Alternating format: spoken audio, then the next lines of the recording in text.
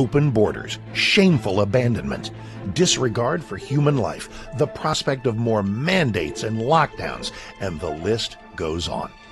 Now more than ever, we need to stick together. Voting alone is not enough. We must use our dollars to support like-minded companies that fight for our rights and beliefs. Patriot Mobile is America's only Christian conservative wireless provider who shares your values. Last year, we gave more than $500,000 to conservative causes. With your support, we'll give more than $1.5 million this year. It's time to band together and support companies that truly love America and fight for our freedoms. Will you join us?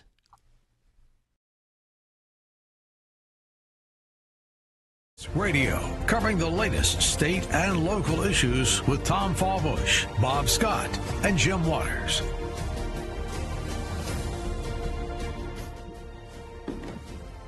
All right, welcome to Kentucky's Voice, the Thursday edition or the midweek edition, one of the many editions we have on this program.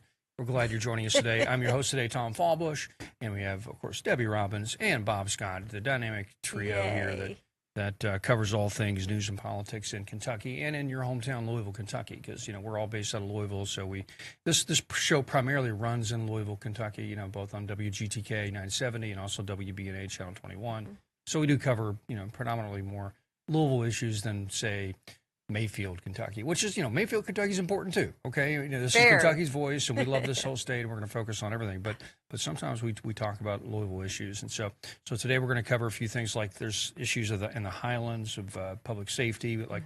We've touched on that a couple of weeks ago. We're going to get back to that. There's some updates on that story.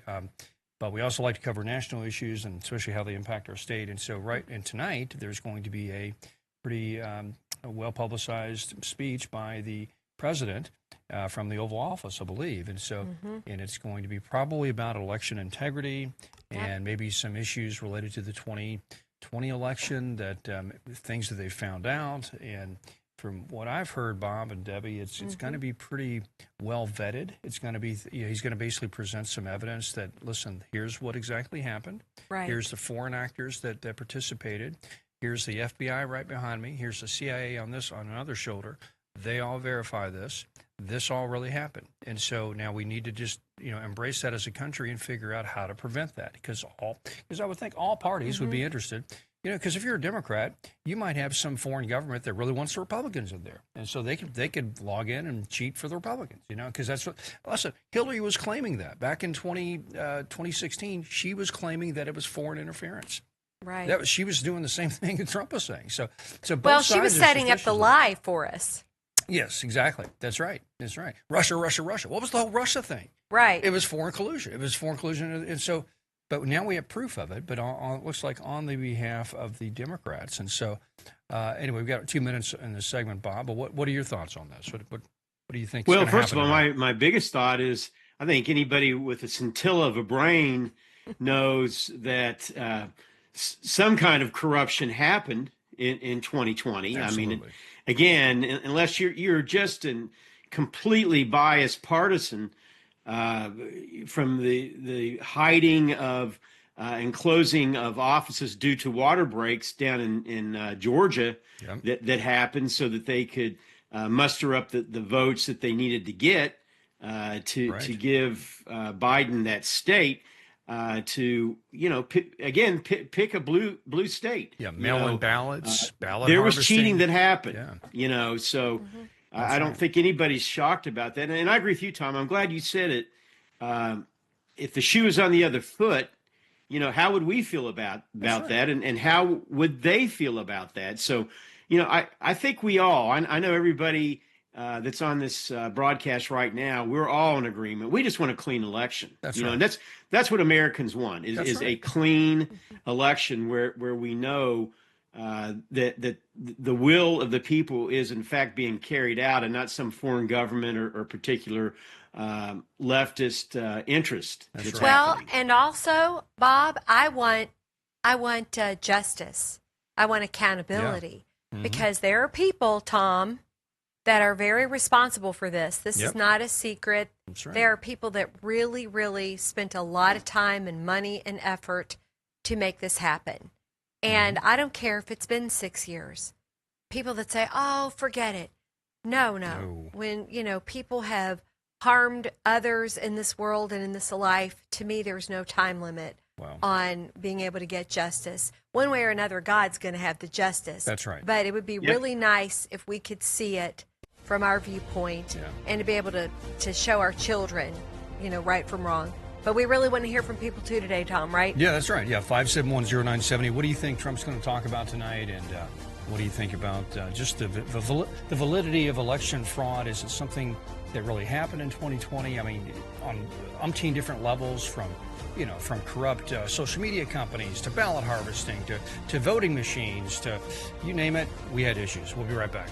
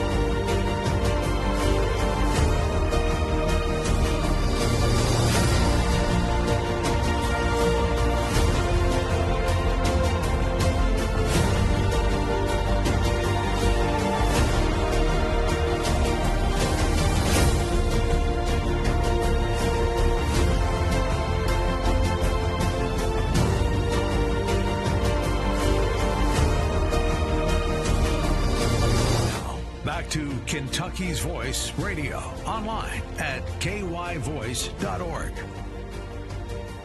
All right, welcome back to Kentucky's Voice. We're talking about the speech tonight that President Trump's going to give. The speculation that it's going to be on election integrity and issues surrounding that, and apparently he's going to be flanked by many people in the national security apparatus that will kind of vouch for the complaints here that the election was rigged or stolen. And my question is, and I'm really curious, what is he going to advocate at that point? Is it going to be a setup for, okay, this all happened, so now we definitely need the SAVE Act, and we're going to go ahead and pass it through reconciliation, whether you like it or not, forget the filibuster? Is it going to be that, or is it going to be, hey, we're going to go after China? Or, hey, we're going to, what's or, hey, we're going to go after the Americans. Yeah. Sadly, on the other side, who have caused this. A lot of them did. And, and I hate to say it out there, but I know that both sides have participated in cheating. And shame on both sides, because you are harming our nation. You're harming me. You're harming my family. All of us here on this show, everybody in our listening audience, you're harming America. Yeah. And how dare you? Part of me wants to say, how dare you? Maybe both sides, but just proportionality matters. Oh, yeah. And I think the left has a whole culture and an infrastructure set up for cheating, because that's their mechanism. I mean, look at California. There's a great video out now with Spencer Pratt basically explaining how the ballot harvesting system works in California, how ballot harvesting basically lost that election for him.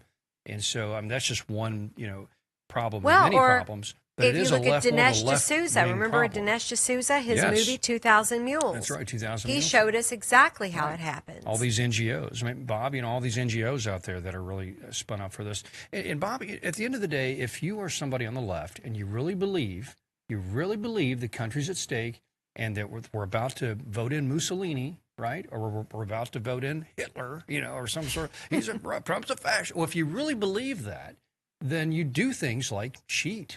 Or you do things like, let's go assassinate the president. And if that's what's been happening. I mean, it just seems very clearly logical to anybody looking at it objectively. Yeah, these people are true believers. They believe it. Correct, Tom. And every, without exception, every fascist / socialist / communist regime that's ever existed, it's cheating, lying, stealing, and of course, eventually killing. Yep. That happens, and that's what we have to be. And you got to ask the question: can it happen in America? Well, guess what, folks? It's happening right now. Yeah. Where you're seeing the rise of socialism and socialist candidates that are happening and taking over major. In fact, our most major city, the most major city in the world, New York City, was taken over by a socialist / Marxist / communist mayor, and their agenda is to bring down our Constitution in this country, because without that as our backbone, we are in trouble. And then the second thing they're going to do, because they've done this at every one of those, whether it's Russia, whether it's China, whether it's Venezuela, you pick a country that was taken over, and I got to throw in Cuba too, because I got a lot of Cuban friends. That's right. A lot. They know it. Yeah. And that's one of the first things they do is they come and take away your guns. Mm-hmm. Our framers, our founding fathers, knew and understood that a rogue government at some point in time could come in, and the only thing we have to fall back on is to be able to protect ourselves in our country, the Second Amendment rights. Yes, that's exactly right. Yesterday too, I was interested in the Attorney General hearing, for the new guy, Todd Blanche, and he really faced some fierce questioning, but he's such a great guy, so qualified for this position, and I know he'll go after these cases. I know he will. Yeah. If the president, names names tonight, I want names named.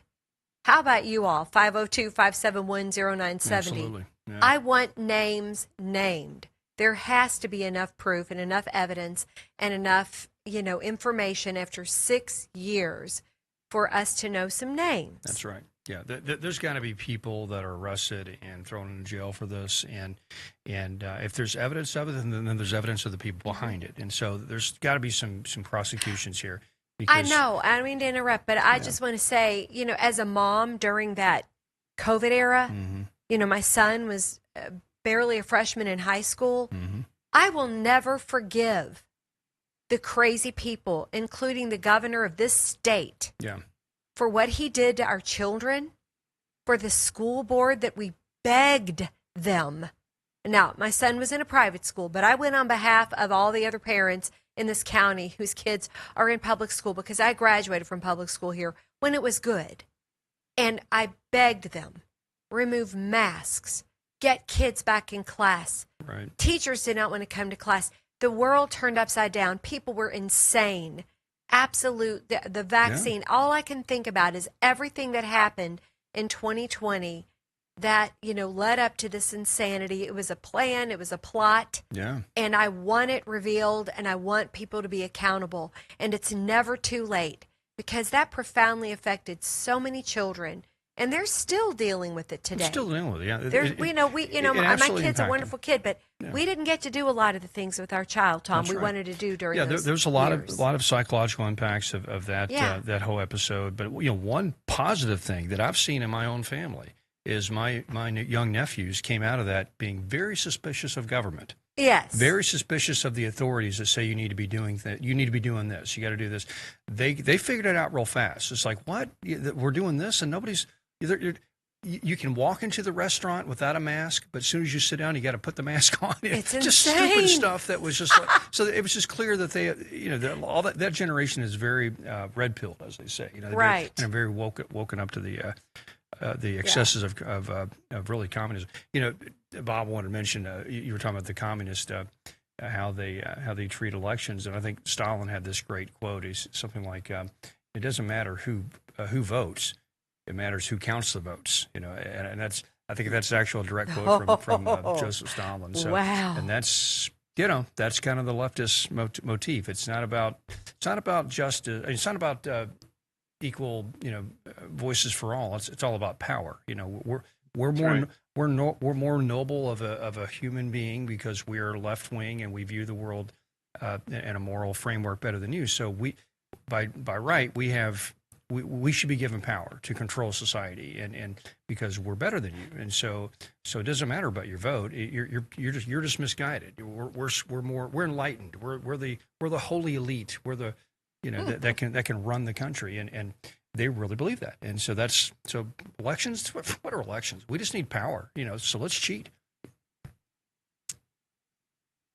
It's just harmful. I can't. I know people might be sick and tired of talking about it, but just think about what we've been through in the past 6 years. I know. Now, had I not had children and just what's going on with my life, maybe I'm an adult. I can deal with it. I can see it for what it is. But when you have a young person in your home, and I know, Bob, you had younger children at that time too, Yeah. it's very difficult to try to explain to them and show them because they don't really understand, No, that's 100% the truth. In fact, somebody just texted in and said, if you talk to anyone who has fled a communist country, they will tell you that now the same things are going on here. That's the truth. I mean, Yeah. honestly, I know I have several friends, acquaintances that have, whether it's somewhere around China or communist Cuba, where they have fled those countries for a better life to come to and sacrificed to come to America. Yes, the same things that they have told me to a man and woman, and that's where their concern is.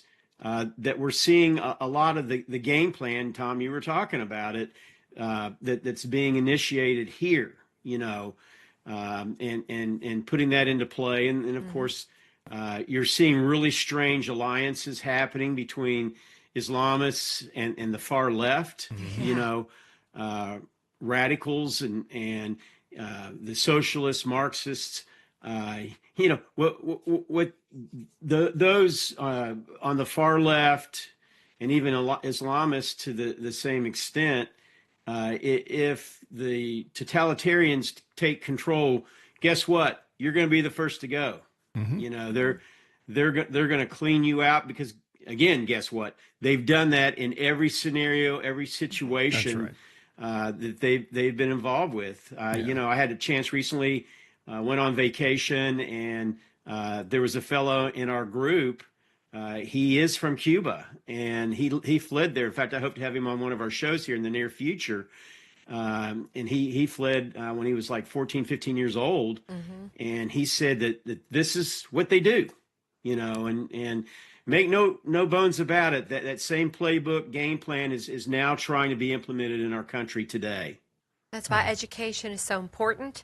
Educating our citizens, us doing what we do here, talking about it, and reminding people, because we are so fat. We are so fat and blessed that we don't pay attention all the time, and myself included. But we have to do this. We have to educate people and get them on board to know what it's all about. And Tom, you do such a good job explaining it. So tell us some more here. Well, no, we have 30 seconds left. I know. So I can only just explain this, that, this is a issue that's coming for us all, and it's on many fronts, anything from Islam to just the rise of communism to our youth being, disenchanted with America and swinging left to, you name it, So, and I want to show you this. I've got a video we're going to play in this next segment of a Muslim street preacher here in Louisville giving out Qurans. All right.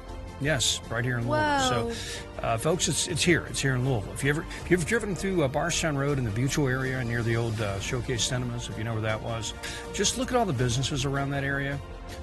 Louisville.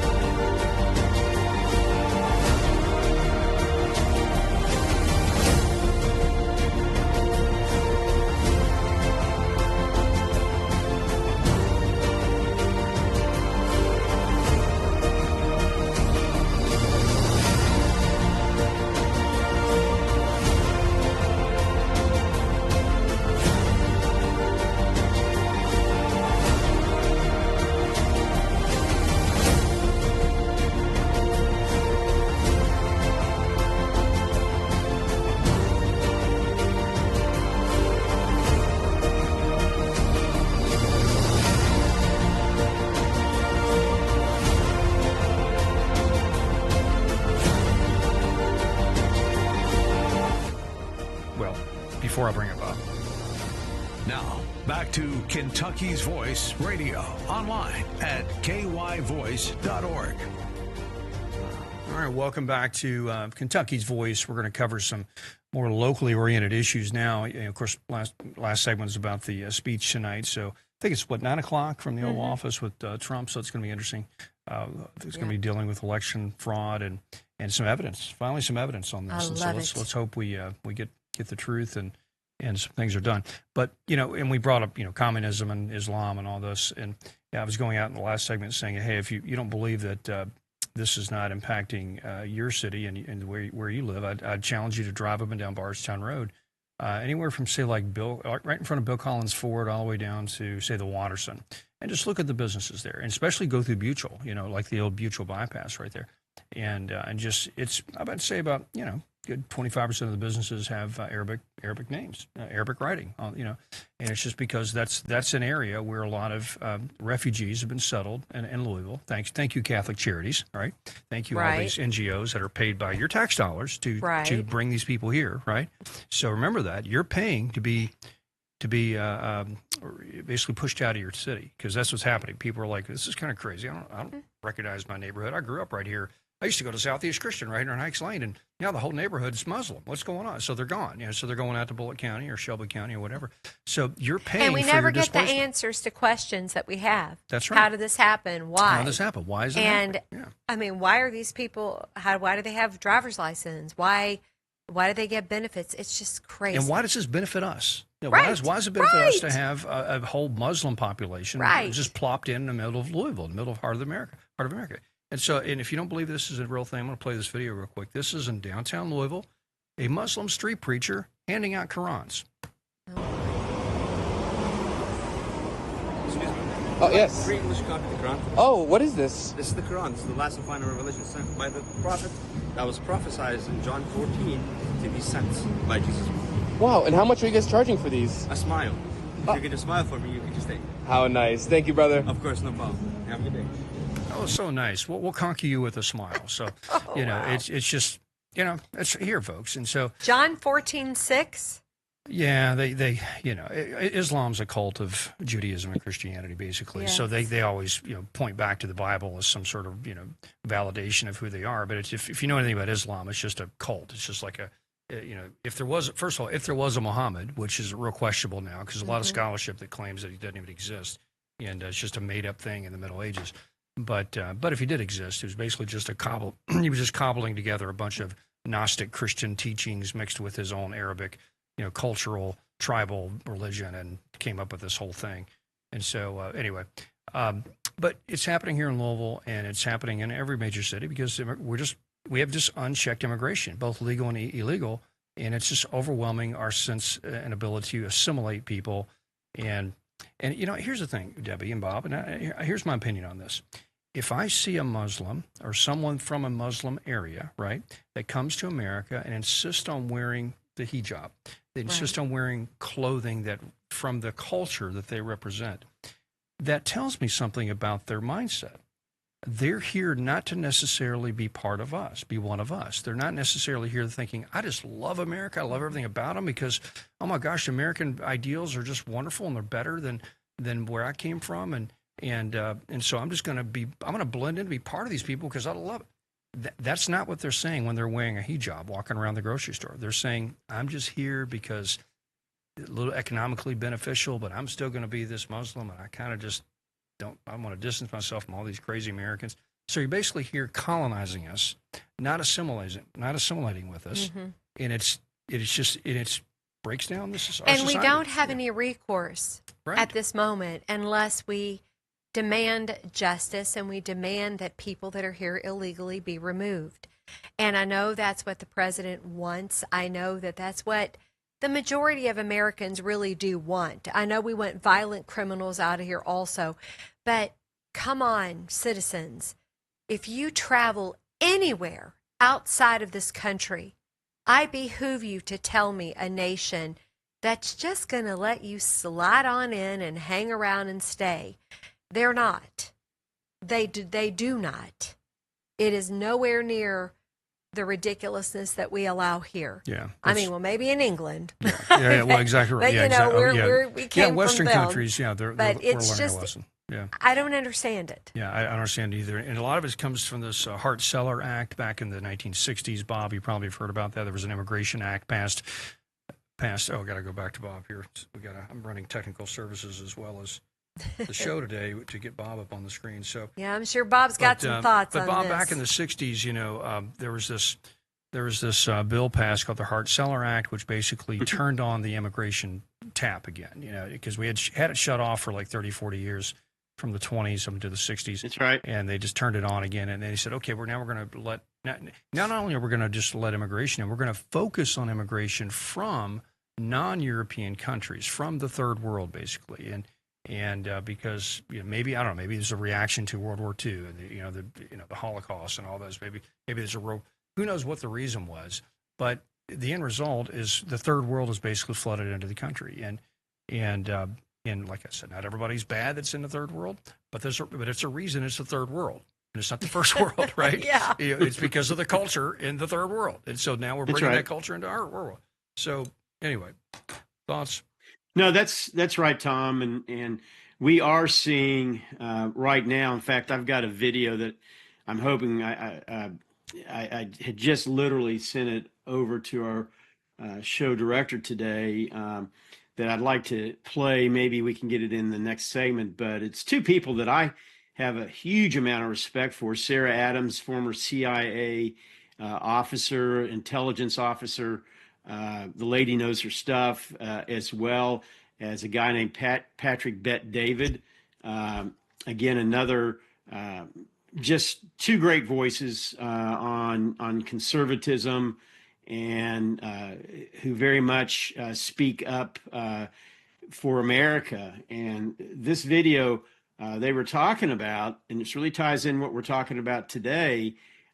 There is about, they estimate about at least 18,000 Islamic fighters currently in America that's planning to do an attack that, as they put it, that would make 9/11 look like a walk in the park. Sure. Why not? And this includes bringing down multiple airliners. It involves hitting very sensitive sites where there's a large number of people gathered. The typical terrorist stuff. Do we have that video? Along the lines of what happened in Mumbai, India, several years ago. Do you have that ready by any chance? Well, I'd have to play it, and since you're on the screen, I can't. Next segment. Yeah, we'll play it. I'm going to jump in here with you, Bob. I'm going to say, did you happen to see, Bob, this morning, were you able to see Marco Rubio, Secretary Rubio, speaking about all of these terrorist organizations that are here in the United States? He went back decades. He's assembled over 70 countries. They were in New York City this morning talking about how we are going to designate even more terrorist groups here in the United States and go after these people. Now, he did not identify what you're talking about specifically, but boy, you just made me think, boom, boom. I listened to that, and I encourage our listeners to go and listen to Secretary Rubio this morning. His remarks were probably about 10 minutes long, but very powerful. And if, and I want to say this too, if you see something, say something. I will share real quickly. Years ago, right after 9/11, I had attended a conference for speakers, but one of the ladies that was there, she was flying from the East Coast to the West Coast, and she had to go through Dallas. Her husband is the naval. She said she remembers going in the airport and seeing when she's lining up to gets on the plane, sees two men from the Middle East that just kind of struck her the wrong way on the airplane. And this was just, right after airlines opened up, after 9/11. They get to Dallas. Long story short, she's looking up at the CNN ticker tape. You know how they would do every 30 minutes, they would do the stories. And she saw pictures that the FBI were looking for of terrorists. And those two guys she saw on the plane were there. But she didn't believe herself. And so she waited and looked again. And lo and behold, thank goodness, she saw them, identified them, and they came and arrested them on the spot in Dallas. So nice. 502-571-0970. Please text in, and we're going to be right We'll back, be right Tom, back. right? Yeah, very good.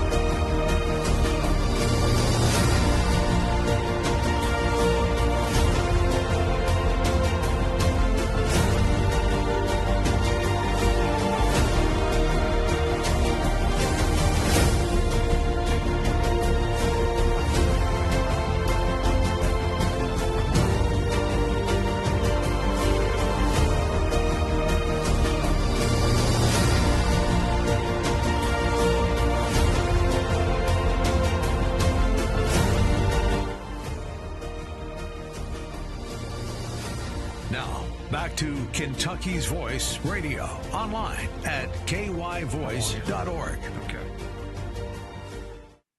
All right, welcome back to Kentucky's Voice.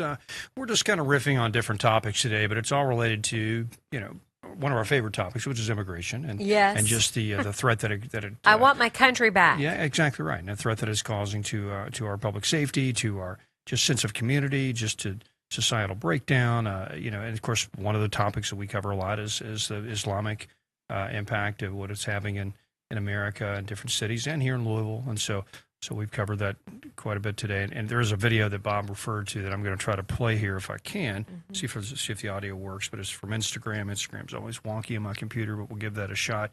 But yeah, so that's going on. We also want to hear your thoughts. 571-0970, 571-0970. Text us, and we're going to get some other topics as well. But here we go. This is from Patrick Ben-David's podcast, and they're talking about some threats, some terrorist threats. In the last 4 years. So according to the National Counterterrorism Center, 18,000 known Islamist terrorists are here illegally. It's on the fact that bin Laden's sons have a plan kind of bigger than 9/11. And so I know what Al-Qaeda is going to drag us into. Do you have any speculation of what bin Laden's sons could possibly do if they were to attack? How would they do it? Yeah, well, I know pieces of the plot. So the way they plotted is we're going to bring past failures to fruition. So one of the biggest pieces is there's a plot called Bojinka from 30 years ago, and that was what happened. Do you remember Ramzi Youssef from the first World Trade Center? He had an electric fire in his house. He was in Asia. The cops came, they found these plans, and they thwarted this within 2 weeks. This was to take down about a dozen airliners over the Trans-Pacific. So they're gonna bring that plot back to life, and it's to take down 12 airliners over U.S. soil. So they're using the same bomb maker from the time. His name's Yazid Sufat. He was released in 2022, and he went back to Afghanistan, so he's making the bomb. And that's the biggest piece of the plot. But what they changed this time is suicide bombers are going to detonate in their seats. So there's not going to be any Americans that can stop them in the aisleways, as they're trying to rush a cockpit. They'll just blow up in their seats. So that's the biggest piece. And then they have a piece that's, I call it like a siege on Washington, D.C. It's very similar to the Mumbai attacks. And that is targeting like the Capitol, the FBI building. And then the last phase of the plot is actually ISIS is taking it over, and it's going into like hometowns. They seem to mostly be focused on veteran communities, and it's just mass casualty, kind of where people live, work, and play, but not large towns, kind of like mid-level cities. So that's the main plan, how they have it currently laid out. And they've been sending terrorists here since late 2021, but the biggest influx came in 2022 and 2023. So they're here, ready, they've been casing. So it's actually a very big plot. Their goal is 3 times the deaths of 9/11. That's what they're... Okay, I'm going to stop it there. First of all, come to my neighborhood, please. Please. If you want to try that stuff, we're ready for you. But secondly, Bob, what is this about? Is this a 9/11? Oh, I got to go back to Bob. This is a 9/11 sort of tribute terrorist bombing. Is that what it is? Is that what she's talking about? Terrorist attack. I think at the heart of it, that's to send a message back to us. They view us as we know, the great Satan. That's right. So it's revenge. that has stood in their way of their caliphate, and so they're working very hard. The thing I want to again, you can't understate the fact that the people that were sharing this are very true people. They're not just some random blogger that's making this up. I've been following Sarah Adams for a long time. She's a very distinguished CIA analyst that knows what she's talking about. And same goes with vetted. Patrick Bet-David. He wasn't in the CIA, but he is pretty much right on the money. He's a serious journalist when it comes to this sort of sure. So this is real. This isn't something that's just being made up. It's not fantasy. We don't like to think about it. Who wants to think about the potential of there being 18,000 foreign fighters right now in our country prepared to wage war on America? I don't want to think about that. Nobody wants to think about that. But you know what? Here we are. Yeah, and Bob and Debbie, the key thing is, what do we do about this? And Americans, especially conservatives, we need to keep our eye on the ball and because we've made a lot of inroads on these topics over the past 5 or 6, 10 years. I mean, who would imagine 10 years ago that we would have had Trump doing deportations at the level that he's doing, or passing some of these laws, or shutting the border down? So we're moving forward on these fronts, but I'm afraid the movement is getting very distracted by all these little internecine fights, and so the Candace Owen conservatives, the Thomas Massey conservatives, all these folks that are just like, I don't know about the GOP. They're all sold out to the Jews. Let me tell you this much: if this stuff does come to fruition, starts happening, none of that stuff's going to matter. Well, that's true. That's true. Because we are going to be in for the fight of our lives as a nation. Like we have never seen, and again, the threefold basically prone of attack that they're looking as far as bringing down airliners, going after first responders. These are all things that are being plotted, and the question is, what are we going to do about it? And repeal how hard are we going to be for prepared for it? Well, it's like I say again, we have to contact our legislators, and we want to demand transparency. I want to know that I'm safe. I don't know if I want to know that my police department, LMPD, is free to go after these people. I don't really think they are. I don't think they are. Well, that's a great topic, Debbie. I'm serious. At the end of the day, LMPD has still been it's still gutted from the whole BLM era, the Breonna Taylor era. The defund the police era. It's still that is not this. We do not have the same police department today that we had prior to that. And what a sham that happened to them. What a sham that they had to go through. Our listeners texted in a few minutes ago and says, has Kentucky Voice asked Mayor Greenberg for an interview to answer questions about illegals being harbored in Metro Louisville? Are we a sanctuary city? He supposedly has backed off from that, as far as Louisville, which in fact at one time was identified as a sanctuary city. And then, they asked the question, if we are doing it, who is Greenberg protecting, right now? I got to say this, from what I've seen, I'm somewhat more pleased with Mayor Greenberg than his predecessor. I think he does care more about the happenings of our city and the people and the economic health of the city. Economically, but he's still he's very sympathetic to Yeah. still some of these other things, and Right. it's very troubling. That's right. I want to be able to And guess feel- what?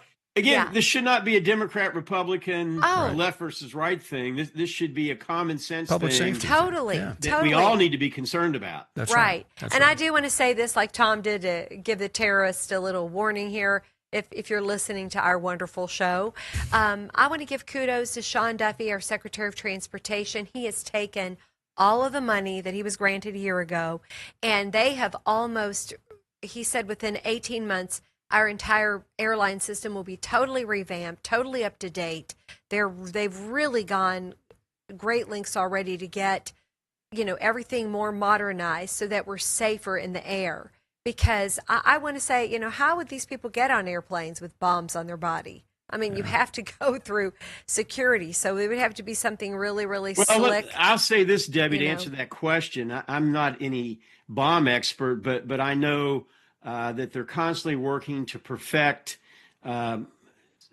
systems that in both sides, the good guys and the bad guys that can detect this stuff. But my big question is, how is this bomb maker that we had identified, how is he still in business? That's my biggest why do we question. release Right. him? Yeah, He that's should right. be I'd on like the to top understand 10 that most story. wanted Yeah. for the FBI. Exactly right. So, Right. well, anyway, let me segue real quick to a topic. We were talking about the police force in Louisville and LMPD, and there is a topic that we covered a couple weeks ago about the Highlands. Just these I don't know, lots of words for this, youth riots, or just basically Saturday nights. In the Highlands at some of these bars, you're getting a lot of Bored bad kids. Exactly, a lot of bored bad kids. But let me say, it's kind of a delicate issue. But primarily, it's African American youth that are showing up in the Highlands at these bars and just in groups misbehaving and shutting the streets down. A lot of fights breaking out. Street. Burnouts in the street. It's just crazy. So and then the Highlands is more than just the commercial corridor there. It's a neighborhood as well. People live there, right? And it's historic. It's historic. Exactly. Right. So they've risen up and they said, "This is nuts. We got to shut this down. We're having basically riots in our cities, in our neighborhood. What are you doing about it?" So the city they set up what they call a summer task force, I think. And so they have like 20 or some police officers that are focused on the Highlands now. But the Highlands for a while wanted to go ahead and vote out their bars. They wanted to go moist, is what they said. So it would have changed the zoning rules to where you couldn't have bars, where if you're an establishment, 70% of your income has to come from food and not alcohol. And so they were pushing that. Apparently that's been set aside, or that's been voted down, or just not pushed forward. So they're just going to rely on this summer task force to basically police the Highlands. So let's see if that's going to fix the problem. Who knows? Right. I don't know, but and may I jump in and say, I think all of us, we should reach out, me, you, and Bob. Let's reach out to Mayor Greenberg. Yeah. I'd love to have him on this program and ask him some tough questions because, he's gonna win re-election for sure. I can't, unfortunately. Well, it's either him or another Democrat. So, exactly. Because it's the way our system works. Because we have a nonpartisan race now. Yeah. But yeah, Mayor Greenberg. I mean, he's done some decent things. I think his instincts are not to be too far left on these public safety issues because of, I think, what happened to him. I mean, he was almost shot by a crazy BLM activist, and so I think that sort of moderated his love for that movement. But who knows? I don't know. That's a speculation. But anyway, so that's going on. Also, speaking of Greenberg, I wanted to play this video, but I can't. Next segment, I'm going to play this. He had a press conference this week where he had a protest that erupted, and it was protesters that were protesting against a data center that's trying to go in Jefferson County, and so. And and I'm sympathetic to those protests, but I think this protest probably comes from more of a not in my backyard kind of left wing, sort of instinct. But still, I'm not a fan of just dropping data centers in the middle of neighborhoods either. So anyway, that did happen this week. We'll play that video. Also, in our last segment, I wanted to cover the governor is doing his audio book, and he's actually reading it himself. He's going to release that. He's got a little video about it. It's all about faith. how faith is motivating his the way he governs. And so, and like I said, his faith to me is more like this, lesbian peace USA Easy rainbow believism. minister. It's like one of those rainbow ministers out there trying to, that's what his faith is. We'll be right back.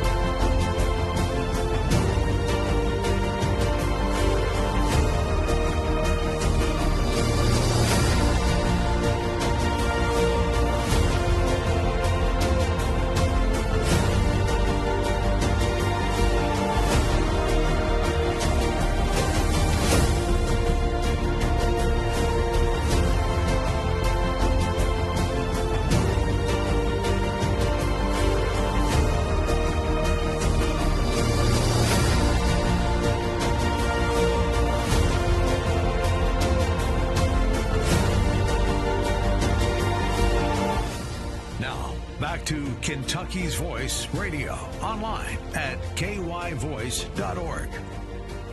All right, welcome back to Kentucky's Voice. We're covering several topics today. Of course, obviously the concern of terrorism that could be upon our shores here soon, and of course the issue of just Islamic immigration into this country. And I will say this too: there are individual Muslims that are very nice people that you can be they can be friendly with, and they can make a decent neighbor on some level. However, their worldview of Islam it runs counter to the American way of life, and because it's based on a lot of assumptions that run counter to the assumptions that this country was built on. And it's not just Christianity versus Islam.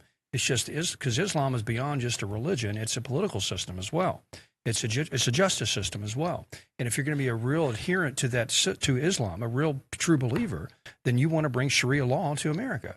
And there's plenty of videos out here of American imams saying that our goal is to turn America into an Islamic country. That's what we're told to do in the Quran. It's just like, as Christians, we're told to make the world Christian because, that's why we're evangelicals. We're trying to evangelize the world. And that's and America's been evangelized historically, so that's why we're America, because we have that tradition.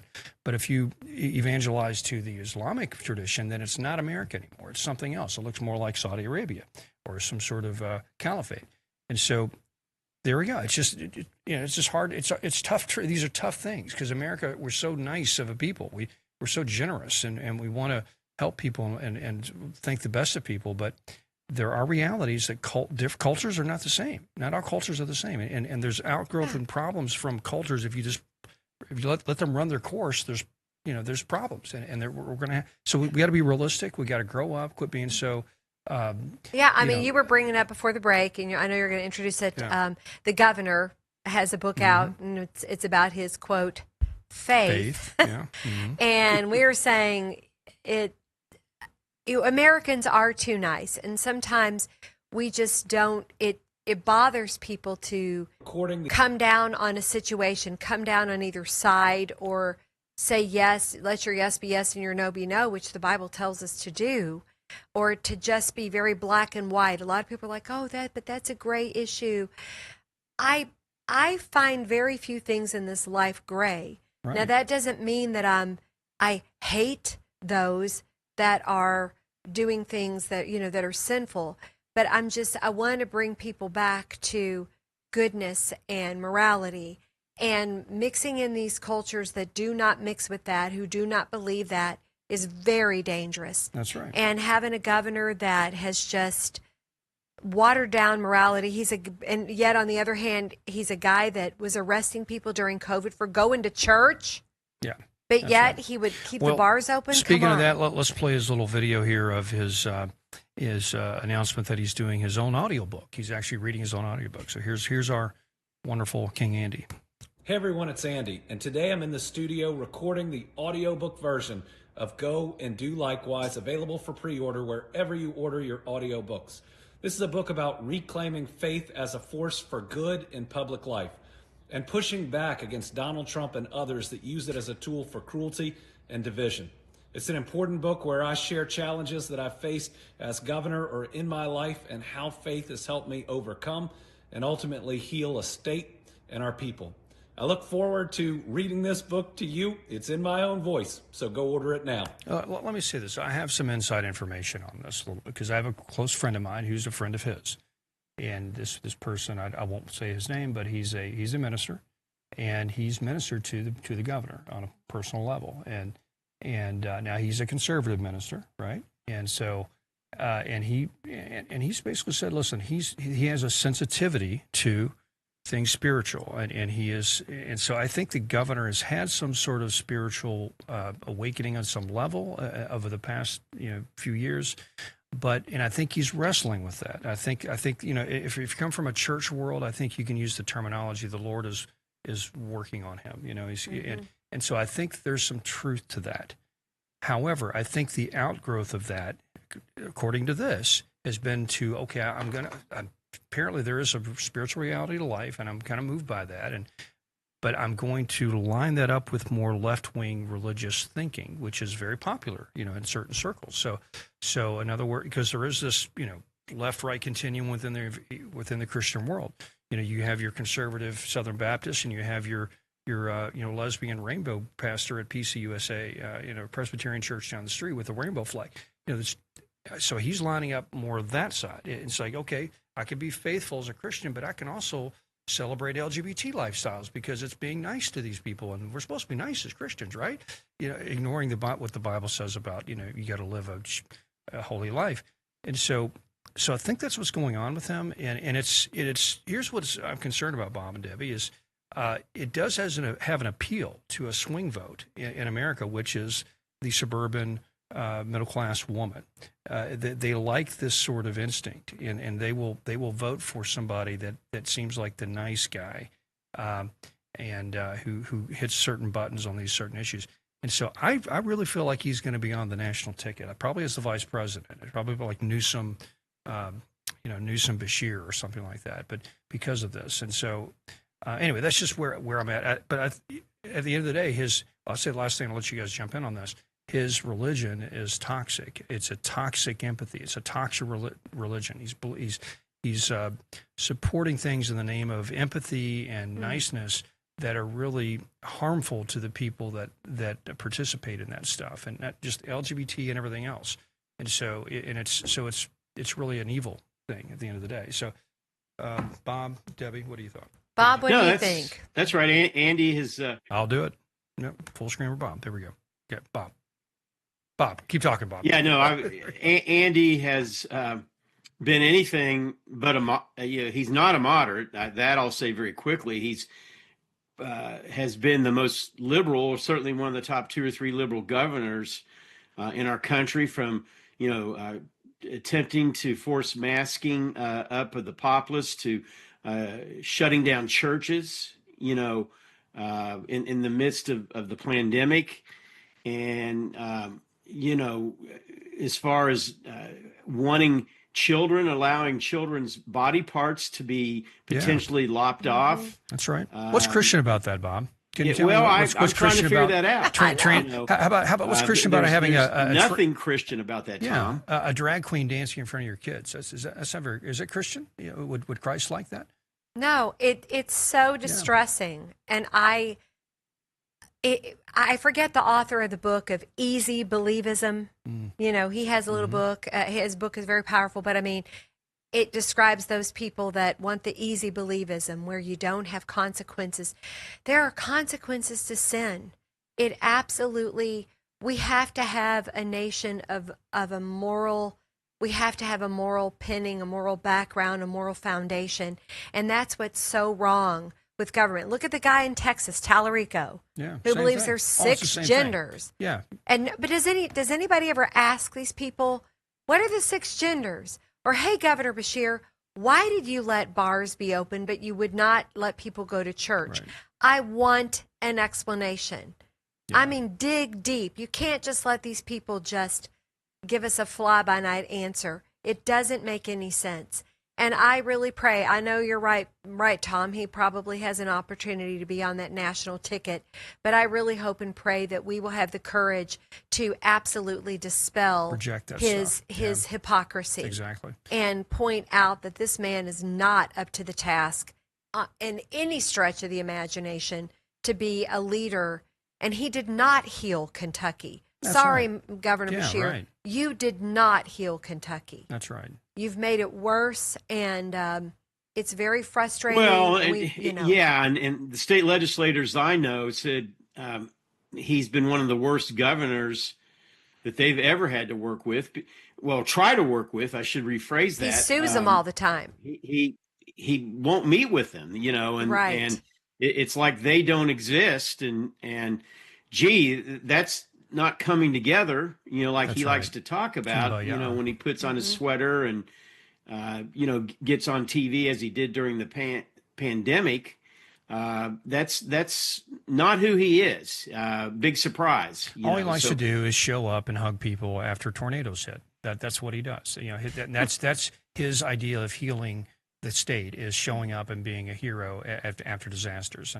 And that's Tom, I the want rest to ask. of the way he governs is toxic, like you said. Go Yeah, ahead. I'm sorry to interrupt you, but I know we're going to run out of time. But I would love for you to ask your friend who has an audience with him, ask him to ask those hard questions because, I have, I'm sure you have. I'm sure you I have. sent him that video this morning. Oh, good. It's like, listen. I mean, here's your buddy. holiness, the Bible says, be holy as I am holy. And none of us are perfect, but I want those questions asked. Yeah.